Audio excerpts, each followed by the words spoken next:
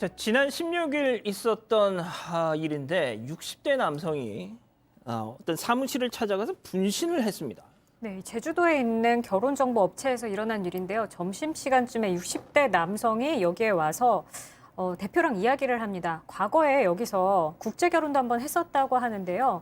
대표랑 얘기를 하다가 좀 고성이 오가고 자기가 준비했던 휘발유를 자기 몸에 부은 다음에 라이터를 켜서 불을 붙입니다. 얼굴과 온 몸에 불이 붙었는데 상대가 갑자기 깜짝 놀라서 즉시 대야에 물을 퍼서 불을 끄고 바로 119에 신고는 했습니다. 자, 그러면 여기서 체크포인트 짚어보죠. 재혼하게 해줍니다.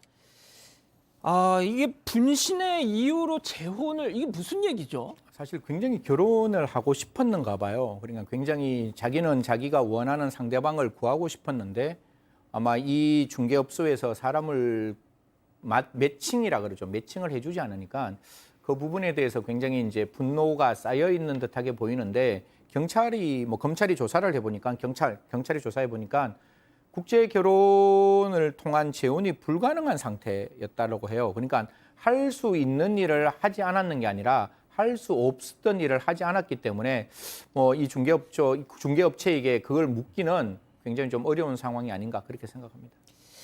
교수님 모르겠습니다. 제가 이 관련 기사에 달린 댓글을 보면 이 분신을 한 이 남성, 60대 남성에 대해서는 그렇게 누리꾼들의 반응은 호의적이지는 않더라고요. 왜 그러냐면 이제 상당히 어리석은 그런 결정을 한 것 같은데 우리가 이제 이번 사건을 보게 된다면 어떤 특정한 여성, 그 여성과 결혼을 갖다가 하게 해달라. 그걸 못하기 때문에 자기 몸에 불을 갖다 붙인 것이 아니고요. 재혼이라고 하는 그 자체를 가능하게 해달라라고 얘기를 한 것이 아니겠습니까?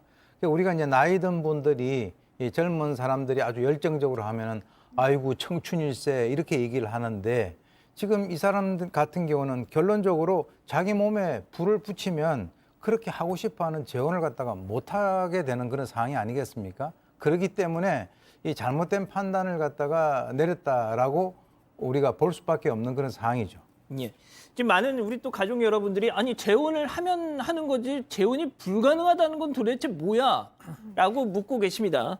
그 이유가 있잖아요. 네, 이유가 있었다고 합니다. 2017년에 한번 결혼을 했었습니다. 이 업체를 통해서 국제 결혼을 했었는데 최근에 이혼을 하고 다시 재혼을 원하는 상황입니다. 그래서 중매를 해달라고 했는데 관련 법률이 있다고 해요. 이혼 후에 5년간 국제 결혼을 한번 했으면 다시 할 수 없는 법률이 있다고 합니다. 그래서 이 때문에 갈등을 빚었고 이것 때문에 이런 일이 생겼다 이렇게 보고 있습니다.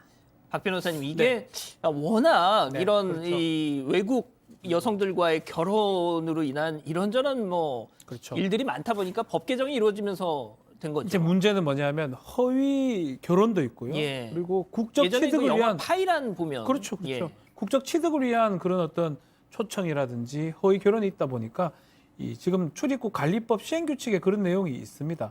국제 결혼을 한 다음에 이혼하고 5년간 똑같은 국제 결혼을 못 하도록 돼 있습니다. 초청이라고 표현하죠. 이 국적을 취득할 수 있는 방법이 되거든요.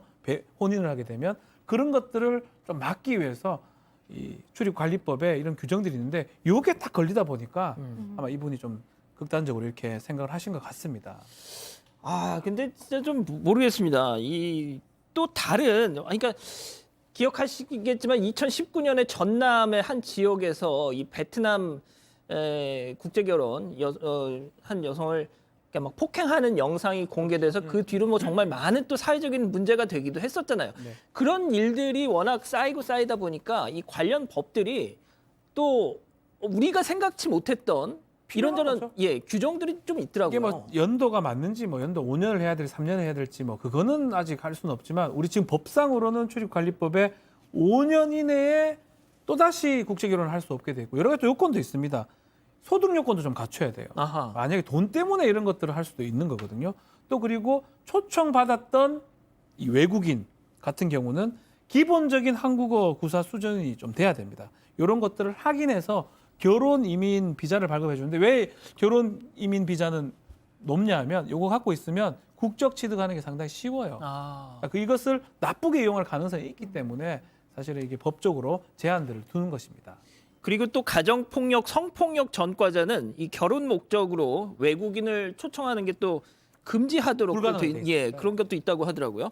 자, 승현님. 네. 그런데 그런 거 예전에 그런 사진들 많았지 않습니까? 이 도로에 잘 보이는 목 좋은 곳에 플래카드에 뭐 어디 어느 나라 여성 뭐 어떻게 해드리겠다, 뭐 도망간 여성 잡아들 정말 사람이 사람한테 쓸 수 없는 그런 표현들 막 등장하는 현수막으로 진짜 눈살을 찌푸리게 한 적 많았잖아요. 그러다 모르겠습니다. 보니까 진짜 이게 예. 문제들이 좀 있어요.